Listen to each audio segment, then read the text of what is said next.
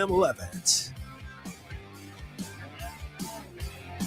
Welcome into our Jamul Casino Resort Padres post-game show here on the Padres Radio Network. Sam Levitt with you inside the loft here at the Western Metal Building at Petco Park as we wrap this one up on this Friday evening. Final score in this series opener between the Padres and the Chicago White Sox. The White Sox 8 and the Padres 2.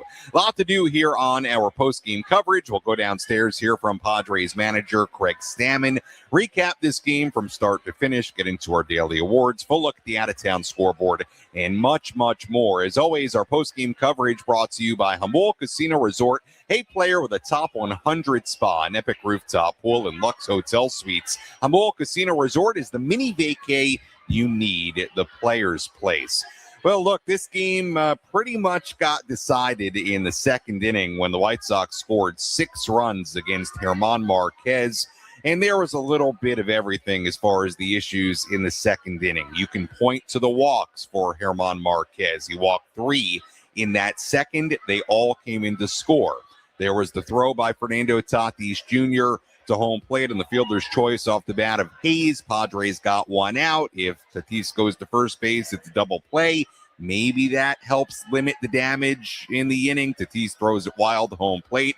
Padres only get 1 out, but let me make the point. After that, Marquez walked 2, and that set up a sac fly and a Murakami home run. And then, of course, the Murakami home run, and this guy is really something. The home run in the second inning makes it a 6-0 game, and just like that, this game was kind of out of reach for the Padres. The other part of this here tonight, the Padres shut down by this rookie left-hander, Noah Schultz, who was making his 4th career start. He was really, really good. 6 shutout innings, allowed just 2 hits, walked 3, struck out 2, and obviously the Padres were working from behind very early tonight. Not a great situation to be in for an offense, but look, a little bit of mix of everything with Marquez giving up 6 runs in the second and the Padres offensively not doing a whole lot. And to be totally honest with you, that probably tells the story right there. I mean, the White Sox got a run in the 5th inning, a run in the 8th inning. Padres got 2 late in the 8th inning to make it 8-2, but that was about it here tonight. This game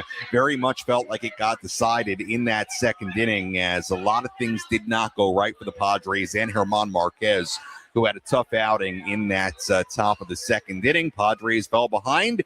And credit to the White Sox pitching. They did not allow the Padres to build any momentum and really have a rally to get back in this game. So Padres, for the first time, really since they began the season 2-5, are in a little bit of a rough stretch here. It has been a really good first month plus of the season, no doubt about that. Even with the loss here tonight, Padres still are 19-12. They're off to a good start. But this is the first little rough patch they've had. I think that's safe to say right now.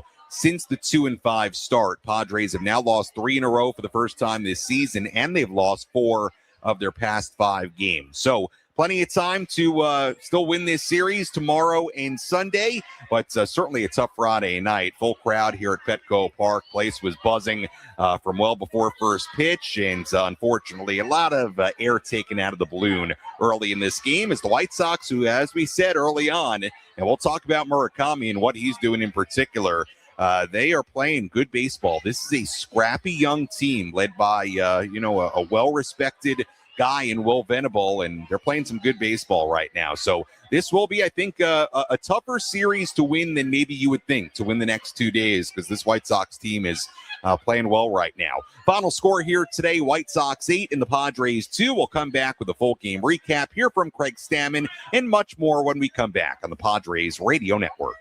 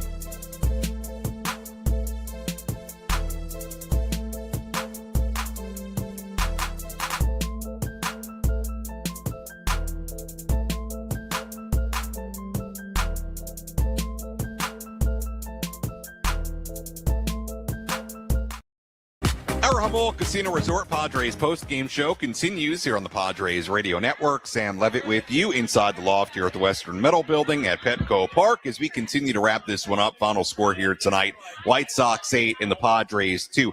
I have two very interested fans in front of me asking me, I would say, very, very good questions about broadcasting and what I'm doing. What are your names?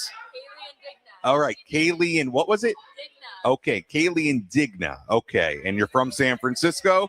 Okay, well, thank you. You asked very good questions. I hope you had a good time at the game. You have fun? Despite the final score? Okay. Well, thank you for saying hello. I appreciate it. Okay. Okay.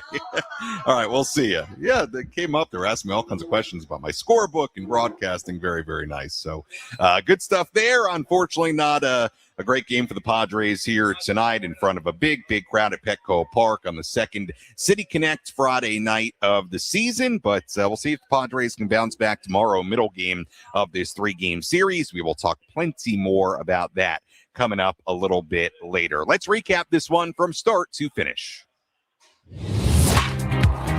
Which moments determine the outcome of today's game? We'll paint you a picture with our game highlights on the Padres Radio Network. Our starting pitching matchup tonight, right-hander German Marquez on the mound for the Padres, left-hander Noah Schultz on the mound for the White Sox. Marquez struck out 2 in a scoreless first inning tonight. In the bottom of the first inning, Noah Schultz walked 3 batters and threw 29 pitches, but the Padres let him off the hook. They stranded the bases loaded in that opening frame. So we had a scoreless game going top 2. Marquez got into trouble. He issued a leadoff walk. Chase Mydroth then doubled to put 2 on base. Sam Antonacci was next for the White Sox. Antonacci, left-handed batter, lines it over Tatis into right field, base hit. Montgomery will come in to score. Castellanos throw home, cut by Krantz. RBI single for Sam Antonacci, and the White Sox take a 1-0 lead. With runners still on first and third, Austin Hayes hit a ground ball to third base. Manny Machado went to second with it. Mydroth then took off from third for home when Manny threw the ball to second. Fernando Tatis Jr. playing second base tonight. He decided to throw home instead of trying to turn a double play. The throw was way off target. Mydroth scored. The White Sox led 2-0, and instead of there being 2 outs in the inning, there was 1 out in the inning. Marquez then walked 2 straight to load the bases. Andrew Benintendi hit a sac fly to center to make it 3-0. Unfortunately, the damage wasn't done. Munetaka Murakami was next. So now the full count. Romo runs from first. The payoff pitch. Murakami hits it in the air very deep to right center field. This one way back and gone. His major league leading 13th of the season. A 3-run homer here in the second. And the White Sox now lead it 6-0. Now Murakami, a very, very good young hitter, slugger from Japan. And yes, like Jesse said, that was his major league leading 13th home run of the season. We talked about it pregame. Jesse and Tony, I'm sure, talked about it plenty. He is a dangerous hitter, and he made the Padres and German Marquez pay. White Sox would score 6 runs in that second inning. Marquez would end up going 5 innings in this game, allow 7 runs. He gave up a solo shot to Colson Montgomery in the 5th inning. White Sox had a 7-0 lead when he left the game. Meanwhile, the lefty Noah Schultz making again just his 4th career start. He went 6 scoreless innings, allowed just a couple of hits. He was really impressive here tonight. Wandy Peralta pitched 2 scoreless innings to keep it 7-0. Ron Marinaccio gave up a run in the 8th inning as the White Sox took an 8-0 lead. Padres did make a little noise in the bottom of the 8th against White Sox reliever Osvaldo Bido. There were 2 on and 2 out for Miguel Andujar. On the corners for Andujar, who bangs one on the ground up the middle. Diving attempt by Mydroth. It kicks off his glove. Trickles into shallow left field, and Bryce Johnson will score the first Padre run of the night. Padres are on the board in the bottom of the 8th inning. It's 8-1. Padres weren't done. Manny Machado was next. Here it is on 2-2. Machado swings, lines it into left field. That's a base hit. Fernando's racing around third. He'll score without a play. Padres get another here in the 8th, and it's 8-2. Well, that would be all the Padres scored in the 8th inning. They would not get more against right-hander Jordan Hicks in the 9th inning. And that was that here tonight. This game pretty much decided by that big 2nd inning for the White Sox. Final score here tonight, White Sox 8 and the Padres 2. Padres dropped to 19-12. White Sox improved to 15-17. Got to tell you, I mean, they're creeping towards 500. This is a much improved White Sox team from what they were the last couple of seasons. German Marquez gets the loss. He's now 3-2. Noah Schultz picks up his 2nd major league win.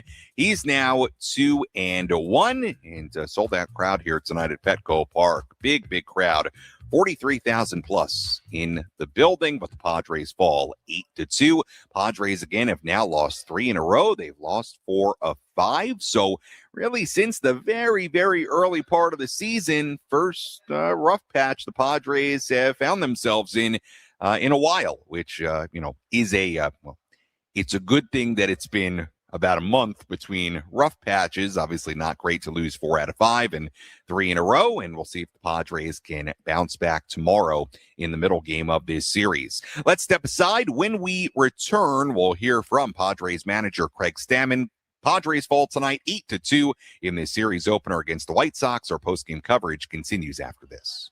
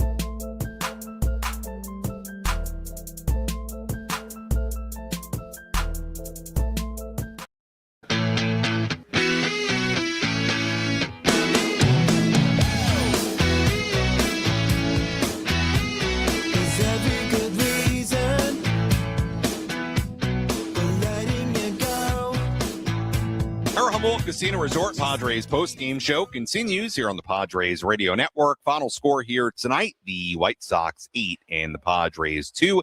As always, our post-game coverage brought to you by Jamul Casino Resort. Hey, player, the rooftop pool's open. Day passes are available, and the spa is calling your name. Jamul Casino Resort, the players' place. Tough one here tonight for the Padres. Really a game defined by the top of the 2nd inning when the White Sox scored 6 runs on 3 hits. German Marquez walked 3 batters in that second inning. The big swing. Munetaka Murakami hitting his major league leading 13th home run to cap what was a 6-run second inning, and the Padres simply just never recovered from that. Noah Schultz, the left-hander, young left-hander, tall left-hander, 6'10" left-hander on the mound for the White Sox tonight. He was great. 6 scoreless innings, somebody the Padres had never seen before. And look, they certainly were not in a great spot as an offense, trailing early by 6. Still, you had plenty of time to chip away. Padres really couldn't do that. White Sox would add on a couple more runs. I do want to touch on, before we hear from Craig Stammen, Murakami, because I'll tell you what, I mean, this guy, Munetaka Murakami, who the White Sox signed from Japan this past offseason, he looks like a really great player. He's 26 years old, was a power hitter in Japan. I think like with any player that comes over, there are always questions about how it's going to translate and if, their success in MPB will translate to the majors. I'll tell you what, early in this guy's major league career, he looks like the game's next great power hitter. I mean, he's got 13 home runs in 32 games in a little over 110 at bats. And right now he's beating out the likes of Aaron Judge and Yordan Alvarez for the major league lead in home runs. I mean, that's pretty remarkable. Now, like with any, rookie and young player, I am sure Major League Baseball will adjust to him. He will have to adjust back, and he's got a long season ahead and certainly probably a long career ahead. However, man, this is really impressive with Murakami. I mean, he definitely looks like a big-time slugger, and if he does prove to be that for the long haul, what an acquisition it's going to be for the Chicago White Sox. So that's very exciting for them. Obviously, did some damage against the Padres here tonight, and we told you in the pregame, we said, this is what you got to watch. He's been hitting home runs left and right, and he hit a big one tonight, capping that 6-run second inning with the 3-run home run. All right, with all that in mind, let's go downstairs here at Petco Park and hear some post-game reaction. Let's pull up a seat in the manager's office and hear from Padres skipper Craig Stammen. Served up by Sinley Food. If you've had better chicken, you must be a rooster. What do you think made Noah Schultz tough against your hitters? He comes from a different angle, and we've never seen him before. He's got good stuff, good pitcher. He after that first inning, he kind of settled in and pitched really well. What did you make of German Marquez's day? It was a struggle from the beginning. Even the first inning, he got out of it, but, a lot of pitches in the first, and then second inning just really got away from him. But, credit to him, he stuck with it and got us through 5, which was big for saving our bullpen and giving us a chance to win tomorrow. And it's tough to pin a loss on an offense. It was down 6-0. First one where it kind of just felt like you guys weren't getting much going, maybe all year. What did you see tonight from the offense? I think the first inning, that was our game plan going in, was to be patient with this guy, make him throw it over the plate. And we just didn't get that big hit in the first inning. And then kind of after that, you get down 6-0, and it's really hard just to stay focused on that type of a game plan. And we hit a couple balls hard that were caught, and it's just, it's one of those things. Momentum was not in our favor, early in the game. What did you think? I mean, Xander's PA in particular, but the plate appearances in the first inning. Yeah, they were great. Yeah, they were amazing. It was exactly what we talked about pregame. We were pretty excited about how we got through that first inning and the guys, how they took their at-bats and passed the baton. And, Ty just came up with base load, 2 outs, and, didn't get the knock. But you can't expect him to always get the hit in that situation. So it was exactly what we asked for. The bats were what we wanted. We just weren't able to, carry that on past the first. The play with, I think, first and third in the second inning that he's threw home. Did you think that was the right call? Maybe just not a great throw for him to go home? Oh, yeah, for sure the right call. He throws that, I bet you give him 99 more tries, and he throws it right there, and that guy's out by 3-4 feet. So it's, pretty much exactly how we drew it up. Manny fields it, kind of checks him, gets him to pause, throws it to second. Got a guy with the best arm on our team throwing it home, and just threw a little wild. You obviously have a couple guys who could be coming back or could be coming up soon in the rotation. How would you just kind of assess maybe the state of your rotation on the whole right now? Yeah, I think they're hanging in there. We've got some guys that are pitching well and guys that are a little bit up and down, but for the most part, we've hung in there. We've been able to pitch enough innings to keep our bullpen fresh and hand the ball to our bullpen. That's really good. So they're going to keep going. Herman will get back out there, and he'll bounce back and be just fine.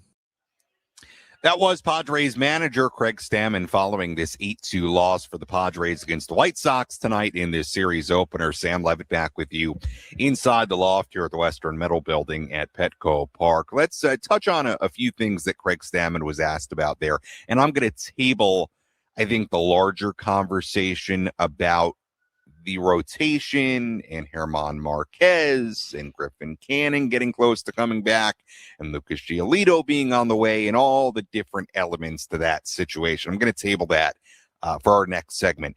I want to focus on that top of the second inning. Well, actually, I want to focus on the top of the first inning first, because Craig made the point, and I agree.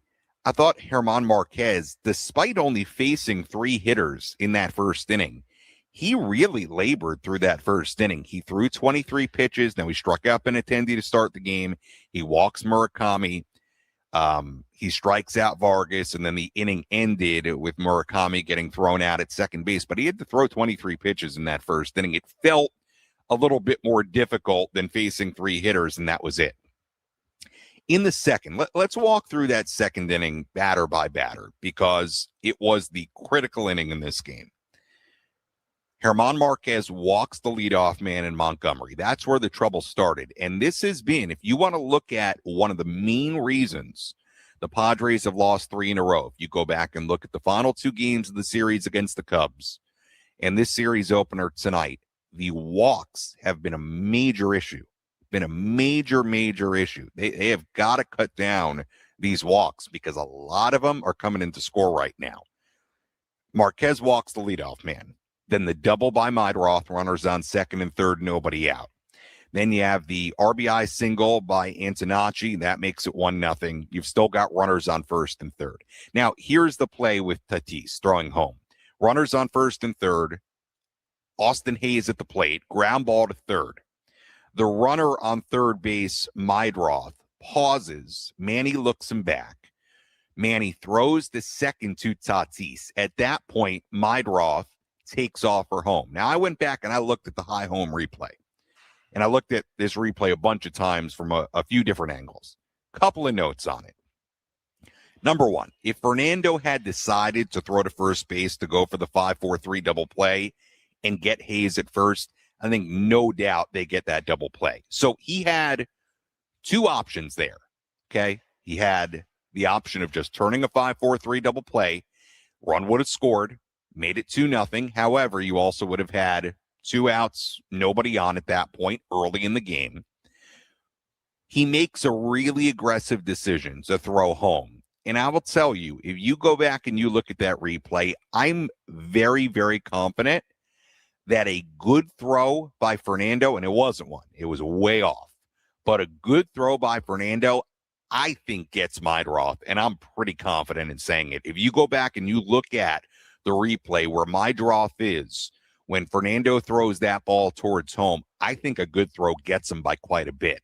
So I bring that up to say this about that decision by Fernando. To me, and I think Craig said it there, and I agree with Craig, it was an aggressive decision. I don't think it was the wrong decision.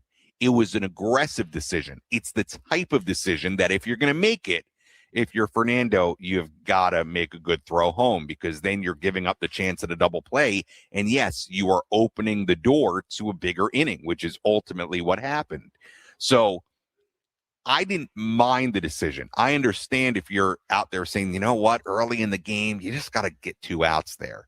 And forget about the run coming home. It's really early. Get 2 outs. I get that. And I don't know.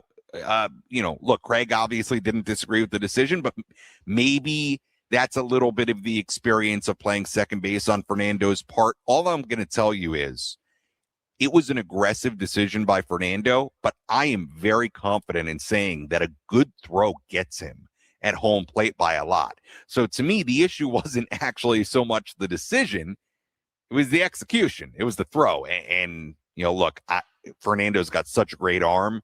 it's a little jarring to see him make that kind of misfire. It was way off. I would think that's just a little bit of him not making that throw very much, right? And the inexperience of playing second base and the angle of that throw. And look, I don't know why the throw is so off, to be honest with you, but I'm trying to give you reasons. But again, to me, it was the actual execution of the throw rather than the decision that really, that really didn't allow him to make that play. Regardless.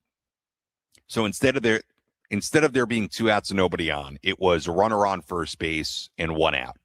Regardless of all that, and this is where I'm not going to sit here tonight and blame Fernando's decision and throw on that inning unraveling. And again, I'll tell you why. The next 2 hitters, the number 8 and 9 hitters in the White Sox lineup, German Marquez walked to load the bases. He walked them, the 8 and 9 hitters, and that allowed Benintendi to play to run with a sac fly to make it 3-0, and that allowed Murakami, the most dangerous hitter in this lineup, most powerful hitter in this lineup, to come up with 2 on and hit a home run to make it a huge inning, a 6-run inning.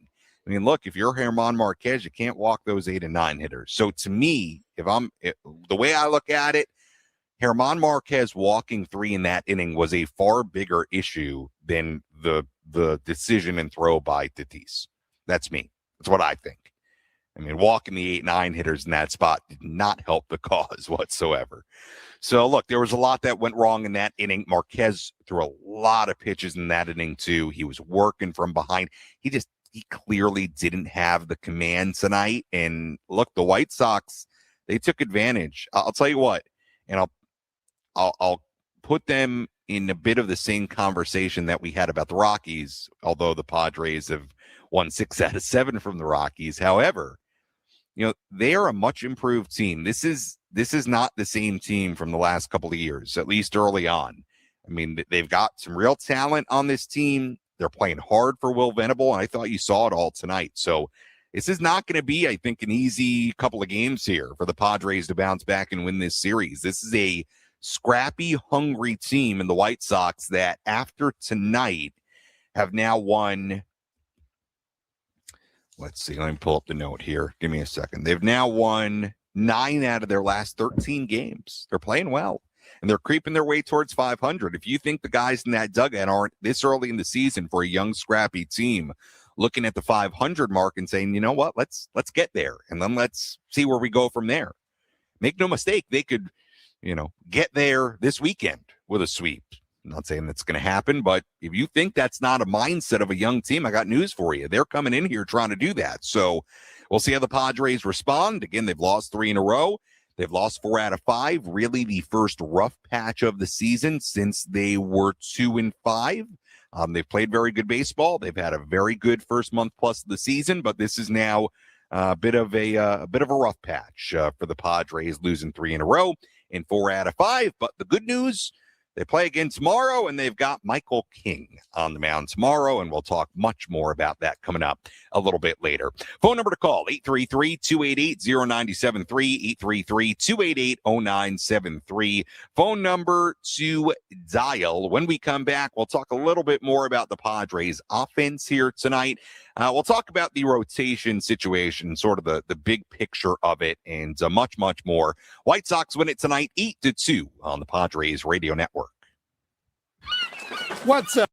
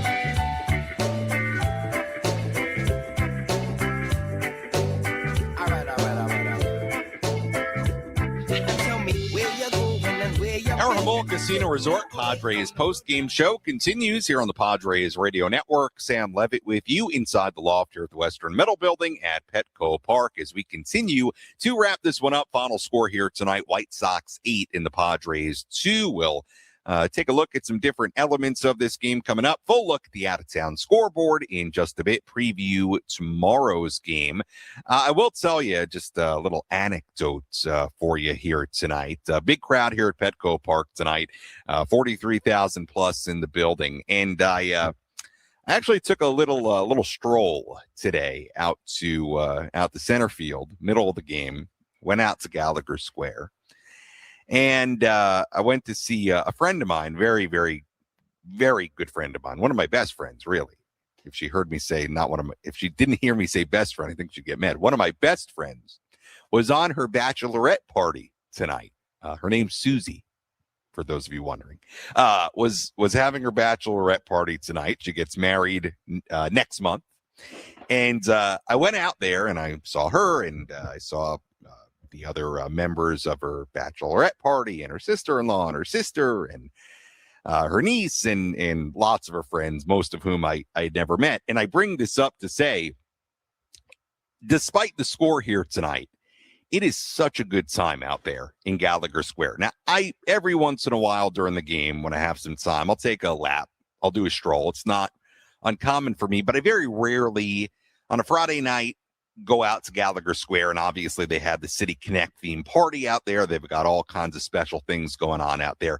It is such a good time. I'll say this. If you're listening and you're just looking for a good time, let's say you're okay sitting in Gallagher Square, you don't necessarily need to sit in the seats and, watch the game from that angle. It is so well worth just enjoying an evening in Gallagher Square. It's a great area to hang out. There's so much fun out there. Everybody's in a good mood. Everybody's having a good time. It's just a vibe out there. That's the way I'd put it. And I was out there for the first time in a while here tonight during the game, Friday night. Everybody having a good time. It's a vibe out there. It really, really is. So that's just my little story for the night. I went out there to see my friend on her bachelorette party. And they were having a great time, and it was great. And I talked to a lot of fans out there. A lot of people stopped me, said hello, took some photos. It was just, I just really enjoyed that. Like 20 minutes I went out there. So I highly recommend, personal anecdote, highly recommend Gallagher Square if you're, and I'll tell you this too. It's a great area. I talked to her about her bachelorette party, and I said, I think Gallagher Square would be perfect because there was a big group. You can stroll around, you can, spread out, you can sit, you can stand. It's just, it's good. I really am a big proponent of if you have a big group, want to go with a lot of friends, want to hang out and, have a beer and have food and just a really good environment out there, especially on a City Connect Friday night. So just my personal story, personal recommendation, one of the highlights of my evening here tonight. All right, let's tell you about our relief pitcher of the game. Which pitcher entered the game and slammed the door shut? This is today's relief pitcher of the game, brought to you by San Diego criminal defense attorney David P. Shapiro. We help good people regain control of their future when charged with a crime. Learn more at davidpshapirolaw.com. Relief pitcher of the game here tonight. Yes, back to baseball after I went on and on about the bachelorette party. Back to baseball here. Wandy Peralta is our relief pitcher of the game here tonight on the Padres side of things. Very good. 2 scoreless innings. And I thought Craig Stammen made a good point during the post-game presser, and that is, again, you can overlook it in a game like this that felt out of hand early, but the fact that Wandy gave you 2 scoreless innings, and then after that, Marinaccio gives you 2 innings, and saves most of your bullpen for the rest of this series, doesn't sound like a lot in the moment, but it is a big deal. It really is. The fact that you had 2 guys cover 4 innings, get through it, and you save a lot of your bullpen for the rest of the series can certainly play a role the next couple of days. So Wandy Peralta tonight, very good. 2 scoreless innings, made it simple, and gave the Padres some length, as it did Ron Marinaccio here tonight. So for that reason, we'll stay on the Padres side of things. Wandy is our relief pitcher of the game. Let's tell you about tonight's heart of the order. Let's take the pulse of the Padres and check in on the Heart of the Order, presented by Palomar Health, the official healthcare provider of 97.3 The Fan. Palomar Health, leading with heart for every patient. Palomar Health is reimagining healthcare. Part of the order here tonight, 3, 4, 5 spots with Jackson Merrill getting a day off today. Miguel Andujar DH'd, and he batted third. Manny Machado playing third in the cleanup spot. Xander Bogaerts, of course, at short in the 5 spot. All together tonight, 2 hits, a couple of RBI singles for Andujar and Machado in the 8th inning. Lone runs the Padres scored tonight. Xander took an 0 for his second straight game. He's been great as of late, but he has now gone 0 for his last 2 games. Productive by Andujar and Machado. It was 8-0, 8-1 at the time, but 2 hits total with 2 RBIs and a couple of walks for that heart of the order here tonight, 3, 4, 5 spots. Now, I should mention, Fernando Tatis Jr. had a nice night. 3 hits, a triple, a walk. He was on all 4 times tonight. For Fernando, that triple was his first extra base hit in nearly 3 weeks. Let me get you the date here. His first it was his first extra base hit in a career high 15-game stretch without one. And we had talked about that plenty in the lead up to today's game over the course of the early part of this week, that Fernando had gone a while without an extra base hit. Now, still looking for that first home run. That's going to still be a storyline until he gets it. It just is. But hopefully a sign of things to come from Fernando. Again, 3 hits tonight, a couple of singles, a walk, a run scored, and finally an extra base hit, a triple. You know, it's so just of all the things about this season so far for Fernando that are so perplexing, and the hard hit rate is one of them, right? He's hitting the ball harder than anybody in the major leagues, and by his own career standards, he's hitting it harder with, or I should say, more consistently hard, more than ever before. You know, you just look at his average. He's hitting 270. You know, pretty good. If I were to tell you before the year started that Fernando would be hitting 270, you probably would look at me and say, oh, okay, Fernando's hitting 270. That must mean he's having a really terrific start to the season, because you would naturally say to yourself, well, if he's hitting 270, then he must be hitting home runs with it and driving in runs with it and extra bases. You know, and again, I'm not saying 270 is like otherworldly for Fernando, but he's hit 276 in 24, 268 last year. It was 257 in 2023, 282 in 2021, where obviously he had a terrific year. He's right. But my point is this. He's right around average-wise where he normally is. But you would never think that it's coming without a home run, that it's coming with 5 extra base hits in the first 31 games of his season. That's the part that is perplexing. But hopefully he finds that, you know, pull side power, putting the ball in the air, pull side. That's what you're searching for right now with him. But he continues to get hits. It's just not the type of hits that we're accustomed to seeing Fernando get. So it'll be a continuing conversation, certainly with Fernando, until he gets that home run. But 3 hits tonight, including the triple. I do want to mention one more thing here before we go to break, and we'll get to the out-of-town scoreboard, all that stuff coming up in a bit. One thing that we definitely have to now keep in mind, and this was a rough outing for Germán Marquez tonight, the first couple of innings in particular. Look, the Padres they're getting very close to having to make some really big decisions here. And namely, it's because Griffin Canning is getting very close to coming back. It sounds like there's a chance he may make one more rehab start, but you would assume, and I would say about the next week and a half or so, that Canning's going to be here pitching at the major league level. So they're going to have to make a decision on how they go about this. On Marquez, on Buehler, on Waldron. Do we see him go with a 6-man to kind of kick that can down the road for some period of time? I don't have the answer.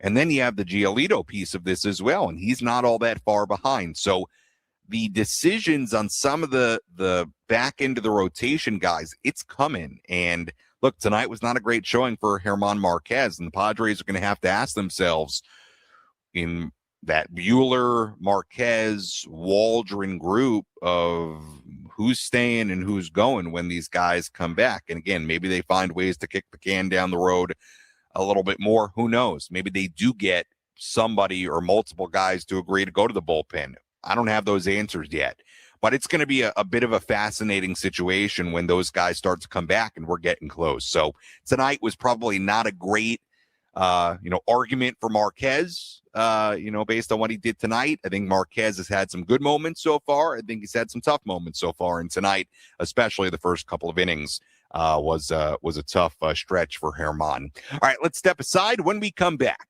we'll look at the out-of-town scoreboard, wrap things up, get you ready for the middle game of this series tomorrow. Final score tonight, White Sox 8 and the Padres 2 on the Padres Radio Network. Stay tuned.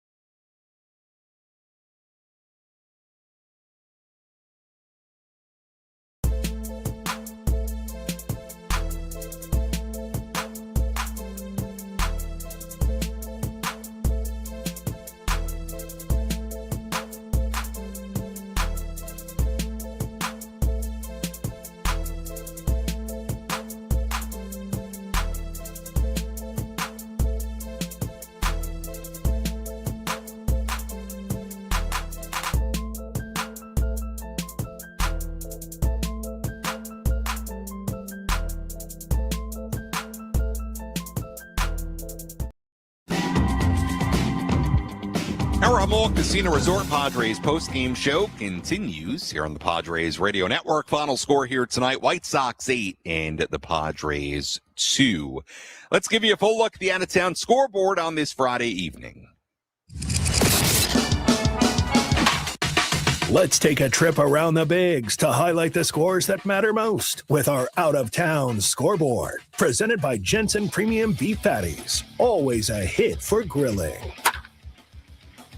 We take a look at the full out-of-town scoreboard tonight. Rangers beat the Tigers 5-4 in Detroit tonight. Danny Jansen, a home run in that game for the Tigers. Pirates beat up on the Reds tonight in Pittsburgh 9-1 for the Pirates in that game. They had a few home runs. Marcelo Zuna, a home run. Brian Reynolds had a home run. And Henry Davis hit 2 in that 9-1 win for the Buccos. Brewers beat the Nationals 6-1 earlier today. That was an interesting game. Jacob Misarowski actually went 5 1/3 no-hit innings before he came out of the game with an injury. The Brewers hang on to win 6-1. Yankees beat the Orioles in New York today 7-2. Home run for Jose Caballero in that game for the Yankees. Ben Rice also went deep, his 11th home run of the season. Red Sox beat the Astros at Fenway 3-1. Jarren Duran, a home run in that game for the Red Sox. Carlos Correa, his 3rd home run of the year in that game for the Astros. Phillies beat the Marlins 6-5 in Miami. Rays beat the Giants 3-0 in Tampa Bay. Blue Jays beat the Twins 7-3 in Minnesota. Here's a little bit of good news for you. Cardinals beat the Dodgers 7-2 in St. Louis tonight. Home run in that game for Nolan Gorman, and Alec Burleson also home run in that game for the Cardinals. Braves beat the Rockies 8-6 in Colorado. Mets up in Anaheim beat the Angels 4-3. Guardians over the A's in Sacramento 8-5. And finally in Seattle tonight, Royals beat the Mariners 7-6. And that is a full look at the out-of-town scoreboard on this Friday evening. White Sox beat the Padres 8-2. Let's hear tonight's play of the game. One bounce, one hit, one pitch can be the difference between victory and defeat. What was the most important play in today's game? This is today's Play of the Game. Presented by Phil Howe Plumbing, Heating and Air, Restoration and Flood. We know how. But now the full count, Romo runs from first. The payoff pitch, Murakami hits it in the air very deep to right center field. This one way back and gone. His major league leading 13th of the season. A 3-run homer here in the second, and the White Sox now lead it 6-0.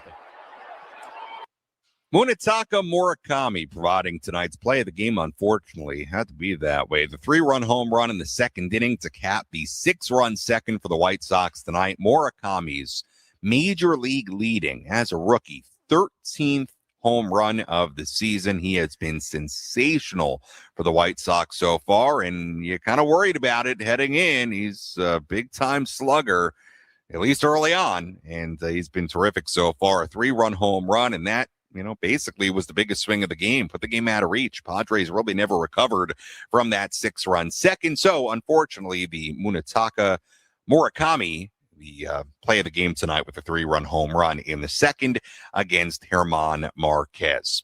Taking a look ahead to tomorrow. First pitch tomorrow at 5:40 p.m. Let me double check this here. What I'm looking at, yeah, it is 5:40, right? When I'm looking, let me just make sure. 5:40, yes. Sorry, I was looking at something here. It is 5:40. 5:40 p.m. Sorry about that. 5:40 p.m. Tomorrow's first pitch. Our pregame coverage begins at 4:40. Pitching matchup tomorrow: right-hander Michael King on the mound for the Padres. Right-hander Sean Burke on the mound for the White Sox. And again, we will talk to you at 4:40 p.m. from right here inside the Western Metal Building at Petco Park. As always, if you missed any portion of our pregame coverage, or postgame coverage rather, you can go back and listen to all of it on the Inside San Diego Baseball podcast, available on the Odyssey app or wherever you find your podcast. You can also go back on the 97.3 The Fan YouTube channel and watch any portion of our post-game show in video form there as well. As I've said before, we're also doing a good job, I think, at getting up a lot of our pregame conversations up on the podcast feed. For example, I thought I had a really, really good pregame interview today with Mason Miller. We talked about his historic consecutive scoreless inning streak, the rest of his season, talked about Mason and his wife Jordan now expecting their first child. So that was a really nice part of the conversation as well. And again, you can hear all that on the Inside San Diego Baseball podcast feed on the Odyssey app or wherever you find your podcasts. Taking a look at the final totals here tonight for the White Sox: 8 runs, 8 hits, no errors. And the White Sox tonight left A grand total of 5 on base for the Padres, 2 runs, 6 hits, no errors, and the Padres left on 7. Winning pitcher tonight, Noah Schultz, who improves to 2-1 on the season. Losing pitcher, German Marquez, who drops to 3-2. Time of game here tonight, 2 hours and 42 minutes in the crowd at Petco Park tonight. The 13th sellout of 2026. A really, really nice crowd on a City Connect Friday night. 43,638. Once again, first pitch tomorrow at 5:40 p.m. Our pregame coverage begins at 4:40. Until then, for our great studio coordinator, Nick Danucci, I'm Sam Levitt saying so long and good night from Petco Park. Again, the final score here tonight, the Chicago White Sox 8 and the San Diego Padres 2. We'll talk to you tomorrow on the Padres Radio Network. Have a great rest of your Friday night.